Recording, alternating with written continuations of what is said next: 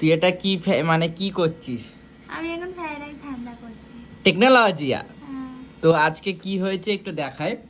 আজকে হয়েছে কিন্তু আমাদের বাড়িতে একদম চিকেন রাইস, তাই তো সিজা? হ্যাঁ।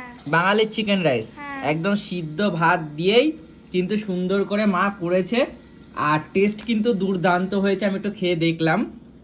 মানে রাইসটা যা আর কি ওই সরু মোটার ব্যাপারটা আর হালকা একটু স্মেলের ব্যাপার, তাছাড়া কিন্তু খেতে অসাধারণ হয়েছে। আর একটু কিন্তু আলুর দমও করেছে। তো চলো একটু এই আলুর দম দিয়ে সব কিছু দিয়ে মাখামাখি করে যাকে বলে খাওয়া যাক। ইয়েস, চলো বাঙালি খাওয়া যাক।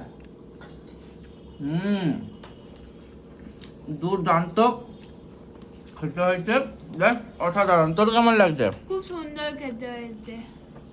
এরকম বাড়িতে আপনারা এরকম যে বাড়ির ভাত রয়েছে সেই ভাতটাকে কিন্তু একটু সবজি আর রাইস করতে যা যা মশলা লাগে সেগুলো অ্যাড করে করতেই পারেন।